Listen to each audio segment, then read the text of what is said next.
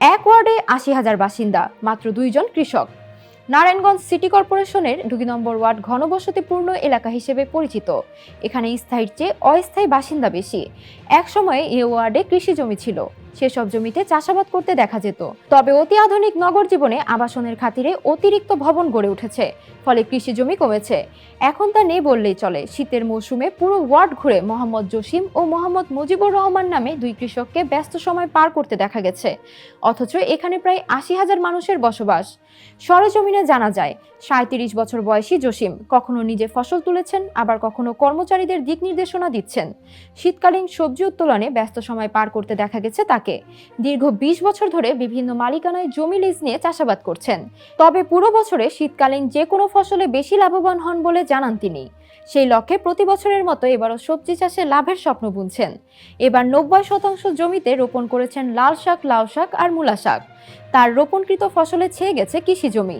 পটুয়াখালী জেলার ১০ মিনা উপজেলার আব্দুর রাজ্জাকের ছেলে জসিম পড়াশোনায় অমনোযোগী হয় তরুণ বয়সে সিদ্ধিরগঞ্জ এসে বড় ভাইয়ের সঙ্গে কৃষকের খাতায় নাম লেখান। বড় ভাই শাহজাহানের অনুপস্থিতিতে ফসলি জমির দায়িত্বভার তার কাছে থাকে। এ পেশায় স্বাবলম্বী হয়ে পরিবার নিয়ে সুখে দিন যাপন করে যাচ্ছেন। সবজি ক্ষেতের ফসল দেখভালের জন্য বছর চুক্তিতে ১৫,০০০ টাকা বেতনে 2 জন কর্মচারীও রেখেছেন। বর্তমানে তিনি এবং তার 2 কর্মচারী ফসল উত্তোলনে ব্যস্ত সময় পার করছেন। মিজমিজি, কালুহাজি, সড়ক ঘেঁষা পাশাপাশি 3টি ফসলি ক্ষেতে চাষাবাদ করছেন ৯ নম্বর ওয়ার্ডের জালকুচি উত্তরপাড়া এলাকার অস্থায়ী বাসিন্দা জসিম। তিনি বলেন, 1 বছরের চুক্তিতে লিজ নিয়ে ৯০%-এর পাশাপাশি 3টি জমি নিয়ে চাষ করছি। এবারের শীতের মৌসুমে রোপণ করেছি 3 ধরনের শাক, যা তুলে বাজারে বিক্রি করার প্রস্তুতি নিচ্ছি। এ জমিতে বীজ রোপণ থেকে শুরু করে ফসল বড় হওয়া পর্যন্ত মোট ৫০,০০০ টাকা ব্যয় হয়েছে। এসব ফলন উত্তোলন করে বাজারে তুললে অন্তত ১,২০,০০০ টাকা বিক্রি করা সম্ভব। তিনি বলেন, জমিতে বীজ রোপণ পরবর্তী লাল শাক আর মূলা শাকে ২০ থেকে ২২ দিন এবং লাউ শাকে 1 মাস সময় নিয়েছে ফসল বড় হতে। এগুলো তোলা শেষে আবারও নতুন বীজ ফেলবো। ফসলে জৈব ইউরিয়া আর টিএসপি সার প্রয়োগ করেছি। পাশাপাশি প্রতি ১০ থেকে ২০ দিন পর পর খেতে পানি দিতাম। মূলত আমরা পারিবারিকভাবে কৃষক। বড় ভাইয়ের অন্য স্থানে আরও কয়েকটি ফসলি জমি আছে। মিজমিজি দক্ষিণপাড়া এলাকায় মৃত রজ্জপালির ছেলে মুজিবুর রহমান ৫৫ বছর বয়সী এই কৃষক দীর্ঘ ১৫ বছর ধরে চাষাবাদ করছেন। তিনিও এই মৌসুমে 4টি ক্ষেতের ১৫০% জমি লিজে নিয়ে কুমড়া শাক, পালং শাক, লাল শাক এবং কলমি শাক রোপণ করেছেন।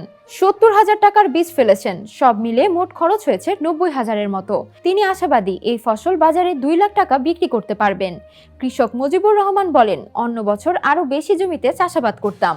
এই বছর লিজে বেশি জমি পাইনি, তাই 4টি ক্ষেতের শাকের বীজ ফেলেছি। একাই ফসলের দেখভাল করি। এরই মধ্যে ৩০,০০০ টাকার শাক বিক্রি করেছি। 2 ছেলে গার্মেন্টস কর্মী হয়, নিজেই ক্ষেতের যত্ন নিয়ে থাকি। কৃষক জসিম ও মুজিবের প্রশংসা করে স্থানীয়রা বলেন, 10 থেকে 12 বছর আগে 2 নম্বর ওয়ার্ড ক্যানেলপাড় অংশে অনেক কৃষি জমিতে চাষাবাদ করা হতো। ২০১১ সালে সিদ্ধিরগঞ্জ সিটি কর্পোরেশনের অন্তর্ভুক্ত হওয়ার পরই জমির দাম বেড়ে যায়, ফলে চারপাশে দালান কোঠা গড়ে উঠেছে।